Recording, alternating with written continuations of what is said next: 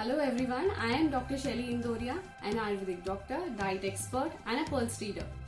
Today we are going to discuss about the very most common problem which is constipation. सबसे पहले हमें समझना है what is constipation. मेरे पास बहुत लोग आते हैं बोलते हैं कि आज हमारे को मोशन क्लियर नहीं हुआ, हमें constipation हो गया. No, this is wrong. Constipation is when an individual passes the stool less than 3 times a week. Then we can say that we are suffering from constipation.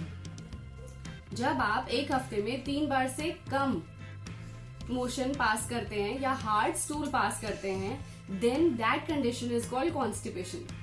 तो आज हम इसी के बारे में बात करने वाले हैं कि क्या क्या रीजंस हो सकते हैं और उसका क्या क्या ट्रीटमेंट हो सकता है.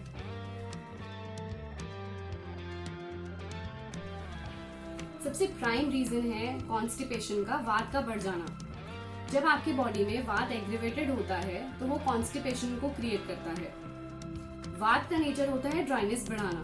तो जब भी आपकी बॉडी में ड्राइनेस बढ़ी हो तो उससे ऑपोजिट हमें डाइट लेनी चाहिए या ऑपोजिट हमें कुछ भी खाने में लेना चाहिए. जो ल्यूब्रिकेट करे बॉडी को अंदर से वो होता है घी या तेल. तो आप काउज घी ले सकते हैं. You can have 1 glass of cow's milk lukewarm. उसमें you can put 1 teaspoon of cow's ghee into it and you can have it lukewarm at bedtime. उसके अलावा आप कैस्टर ऑयल भी ले सकते हैं. कैस्टर ऑयल होता है एरंड का तेल. तो आप 1 चम्मच कैस्टर ऑयल 1 ग्लास दूध में, गर्म दूध में सोते टाइम ले सकते हैं. इससे आपका कॉन्स्टिपेशन क्लियर हो जाएगा. डाइट में जो लोग junk food, packet food, processed food, मैदा से बनी हुई चीजें जो बहुत ज्यादा खाते हैं उनको भी कॉन्स्टिपेशन रहता है. सो आप फाइबर से बनी हुई चीजें ज्यादा लें. फाइब्रस आप रॉ सैलेड खा सकते हैं. आप वेजिटेबल्स, फ्रूट्स आप ले सकते हैं रॉ. उसमें फाइबर का अमाउंट ज्यादा होता है. तो आप एप्पल, गुआवा, पपाया. एप्पल अगर आप खाएं तो छिलके के साथ खाएं. आप उसको अच्छे से वॉश करके ठंडे पानी में या गर्म पानी में वॉश करके आप उसको खा सकते हैं. उससे उसका पेस्टिसाइड्स जो होते हैं वो रिमूव हो जाते हैं. तो आप छिलके के साथ उसको खाएं. गुआवा खा सकते हैं, पपीता आप खा सकते हैं. इसमें फाइबर का अमाउंट बहुत ज्यादा होता है. एलोवेरा जूस अवेलेबल है. नहीं तो आप फ्रेश एलोवेरा का फ्लैश जो है वो 1 ग्लास पानी में डाल के उसको आप ले सकते हैं. उससे भी आपका कॉन्स्टिपेशन है वो क्लियर हो जाएगा. और आप मुनक्का ले सकते हैं. मुनक्का को आप उसके बीज निकाल के आप उसको सोक कर दें. 5 से 6 मुनक्का आप उसको सोक करके रखें और अर्ली मॉर्निंग आप उसको ले लें. आप अंजीर भी खा सकते हैं. अंजीर को आप 2 अंजीर आप रात में भिगो के और अर्ली मॉर्निंग आप उसको ले सकते हैं. इससे भी आपका कॉन्स्टिपेशन क्लियर होगा. Sodium balances fluid in the body. When the sodium content is high in the body, you need to have more of fluid so that your muscles and organs can function properly. अगर इस time पानी का intake कम होता है तो हमारी body dehydration mode में चली जाती है. तो आप पूरे दिन में 3 से 4 ग्राम से ज्यादा सॉल्ट इंटेक ना करें और पानी का इंटेक कम से कम 2 से 2.5 लीटर पूरे दिन में होना चाहिए. So 10 to 12 glasses of water in the entire day of water you will be having. इससे आपको कॉन्स्टिपेशन प्रॉब्लम बिल्कुल नहीं होगा. और सॉल्ट इंटेक भी कम रखें जिससे आपकी बॉडी डिहाइड्रेशन मोड में ना जाए.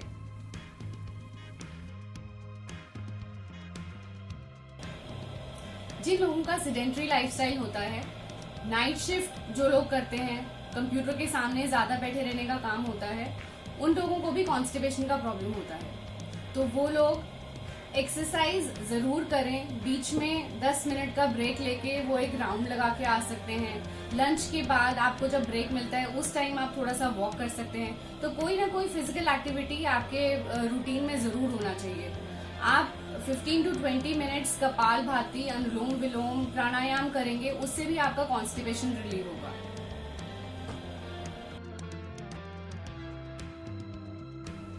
एक और जो रीजन है कॉन्स्टिपेशन का वो है स्ट्रेस और नींद पूरी ना होना. स्ट्रेस एक ऐसा फैक्टर है जिसकी वजह से बहुत सारी बीमारियां हमें हो जाती हैं. तो स्ट्रेस को कम करने के लिए आप योगा कर सकते हैं, मेडिटेशन कर सकते हैं. आप अपने माइंड को डाइवर्ट करने के लिए आप वो एक्टिविटी कर सकते हैं जो आपको पसंद हो. जैसे आप गार्डनिंग कर सकते हैं, आप सिंगिंग, डांसिंग, जो भी आपकी हॉबी हो आप वो इंट्रोड्यूस कर सकते हैं अपने डेली रूटीन में. इससे आपका स्ट्रेस लेवल कम होगा और कॉन्स्टिपेशन और बहुत सारी जो बीमारियां होती हैं जो स्ट्रेस से रिलेटेड हैं वो भी आपको नहीं होंगी। स्लीप पैटर्न आपका प्रॉपर होना चाहिए। अगर आप पूरे दिन में 7 से 8 घंटे नहीं सोते हैं तो भी कॉन्स्टिपेशन का प्रॉब्लम हो जाता है। तो हमारा स्ट्रेस और स्लीप पैटर्न दोनों प्रॉपर होना चाहिए, उससे भी आपका कॉन्स्टिपेशन रिलीव होगा।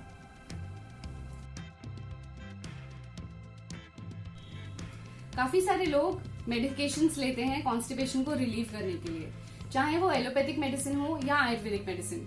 आपको मेडिसिन बिल्कुल मॉडरेशन में ही लेनी चाहिए और तभी लेनी चाहिए व्हेन इट इज रिक्वायर्ड। जब आप फाइब्रस फूड ले रहे हैं, सॉल्ट इनटेक आपका कम है, पानी का इनटेक आपका प्रॉपर है, आप नींद पूरी ले रहे हैं, स्ट्रेस फैक्टर नहीं है आपके लाइफ में, तब भी अगर आपको कॉन्स्टिपेशन का प्रॉब्लम होता है तब आप मेडिसिन जरूर ले सकते हैं। आयुर्वेदिक मेडिसिन जो लग्जेटिव होती हैं वो त्रिफला चूर्ण, हरितकी चूर्ण, ईसबगोल, आप ये सब ले सकते हैं बट इन मॉडरेशन। और आप डेली मेडिसिन लेना बिल्कुल नहीं चाहिए। आप वो सब फॉलो करें जो कि मैंने आपको अभी टिप्स बताए हैं। मेडिकेशन लेने से जो लग्जेटिव मेडिसिन होती हैं उससे एक साइड इफेक्ट ये होता है कि एक तो आपको एडिक्शन हो जाता है कि आप जब भी आप मेडिसिन लेंगे या त्रिफला चूर्ण लेंगे तभी आपकी इंटेस्टाइन्स पुश करेंगी स्टूल को।